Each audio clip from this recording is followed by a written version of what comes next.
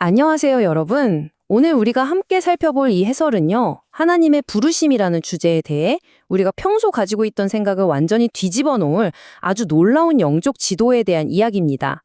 사실 우리가 신앙생활 하면서 내가 원하는 걸 이루기 위해 하나님께 이것 좀 도와주세요라고 요청할 때가 참 많잖아요. 그런데 거기서 벗어나서 하나님이 이미 그려두신 그 길을 걷는 진짜 신앙이란 과연 무엇인지 오늘 본문 속 숨은 의미들을 통해 아주 쉽고 깊이 있게 풀어드릴게요. 자, 그럼 바로 들어가 볼까요? 자, 오늘 우리가 살펴볼 로드맵입니다. 신앙의 방향성, 즉 부르심에 대한 이야기부터 시작해서요. 입술이 둔한 모세, 족보에 담긴 구원 사역, 성막 직무의 역사적인 맥락, 그리고 부르심에 순종하는 삶까지 이 흐름을 따라 쭉 한번 가보겠습니다. 먼저 첫 번째 파트, 신앙의 방향성, 바로 부르심에 대해 이야기해 보겠습니다. 우리가 신앙생활을 하다 보면 종종 순서를 거꾸로 할 때가 있어요. 내가 내 계획을 다 짜놓고 하나님께 여기에 결제 도장 좀 찍어주세요. 이 길을 성공하게 도와주세요. 라고 하는 거죠. 하지만 이건 예전 방식의 방향성입니다. 진정한 신앙의 패러다임 전환은 바로 이겁니다. 진짜 신앙은요, 하나님이 내 계획을 축복해 주시기를 비는 게 아니라 하나님이 이미 나를 부르신 그 길을 걷는 거예요. 그리고 놀랍게도 그 길을 걸어갈 수 있는 은혜는 하나님이 직접 다 공급해 주신다는 거죠. 다음으로 두 번째 파트, 스스로 입술이 둔하다고 말했던 모세의 이야기로 넘어가 보죠. 거대한 부르심 앞에 서면 솔직히 우리 다들 엄청 작아지고 두렵잖아요. 모세가 딱 그랬습니다. 우리의 그 부족한 감정을 완벽하게 대변해주는 인물이죠. 여기서 칼와 호메르라는 아주 흥미로운 고대 논법이 등장하는데요. 이게 뭐냐면 아주 쉽고 가벼운 전제에서 시작해서 훨씬 더 어렵고 무거운 결론으로 나아가는 방식이에요. 이스라엘 백성들이 자기 말을 듣지 않자 모세가 하나님 앞에서 자기 실패를 정당화하려고 바로 이 논법을 꺼내듭니다. 여기서 우리가 주목해야 할 건 모세의 마음속 깊은 곳에 꽉 차있던 자기 의심이에요. 모세가 이렇게 따져 묻거든요. 아니, 내 동족 이스라엘 사람들도 내 말을 안 듣는데 애굽 왕 바로가 대체 왜 제 말을 듣겠습니까? 쉬운 일도 실패했는데 당대 최고의 권력자인 바로를 설득하는 그 불가능한 일은 당연히 실패할 거라는 거죠. 스스로에 대한 확신이 완전히 바닥을 친 상태인 겁니다.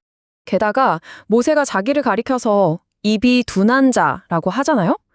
여기서 히브리어 원어를 보면 아렐이라는 단어를 썼어요. 이게 할례 받지 않은 혹은 노출된 이라는 뜻이거든요.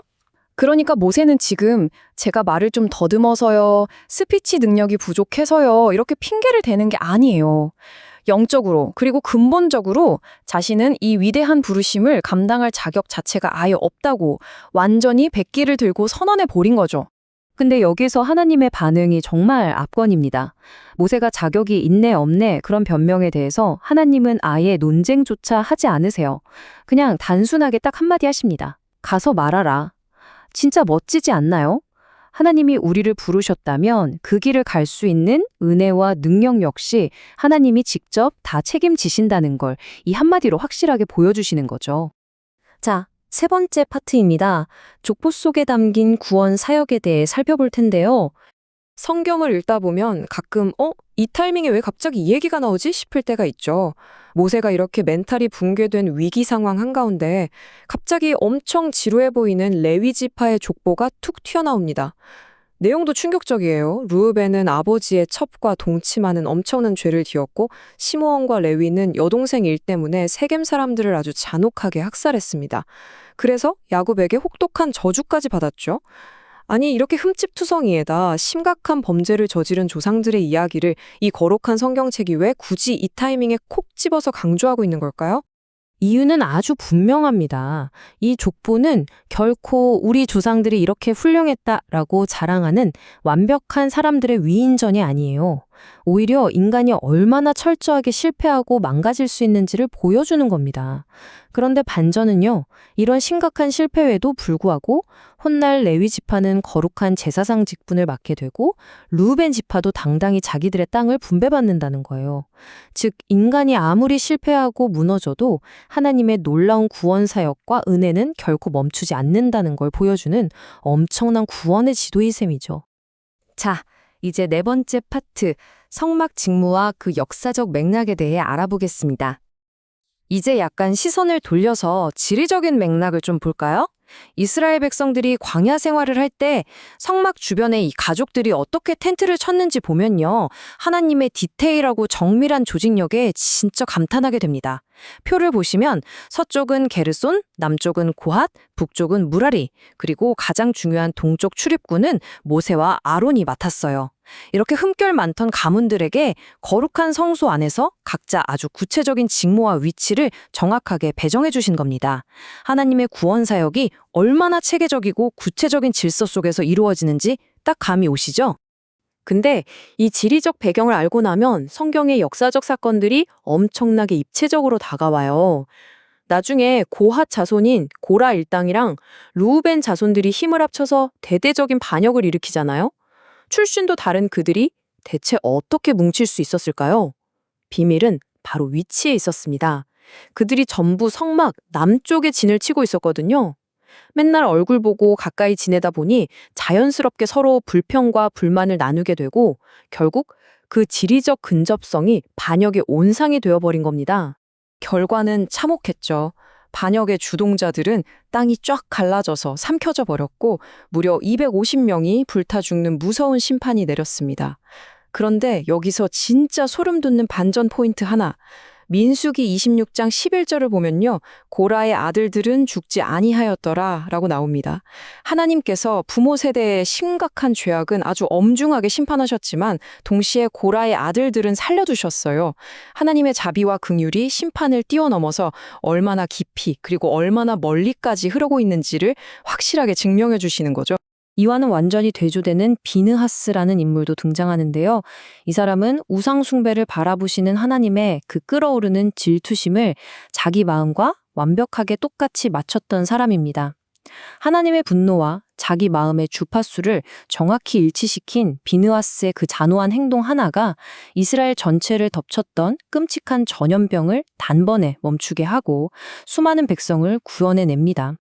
자, 드디어 마지막 5번째 파트입니다. 부르심에 순종하는 우리의 삶에 대한 이야기입니다.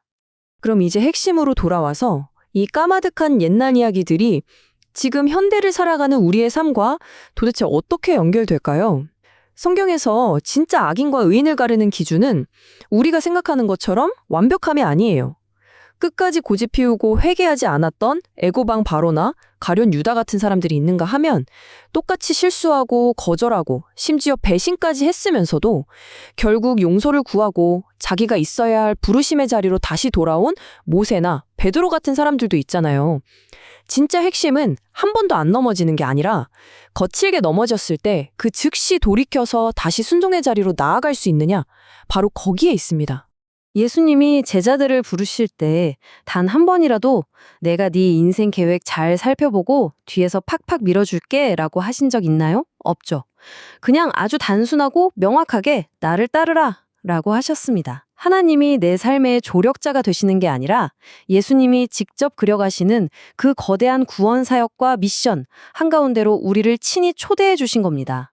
그래서 오늘 우리가 나눈 이 해설은 실제 우리 삶에 적용해 보자면 딱 4가지로 요약할 수 있어요.